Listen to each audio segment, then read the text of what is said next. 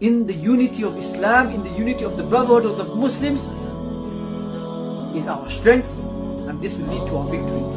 وَفَتْحٌ قَرِيب, and indeed the victory is near.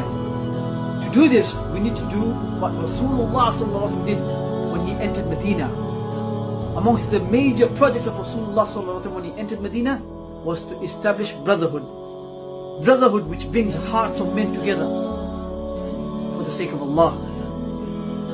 من المستحب ترك المستحب لتأليف القلوب. Shaykh al-Islam ibn Taymiyyah rahimahullah said, from the preference is to leave the preference so that you can unite the hearts. And this is one of the most important foundations on which the Islamic society is built. Remember, the society built by Rasulullah sallallahu alaihi wasallam in Medina, amongst the first projects was to build a strong brotherhood.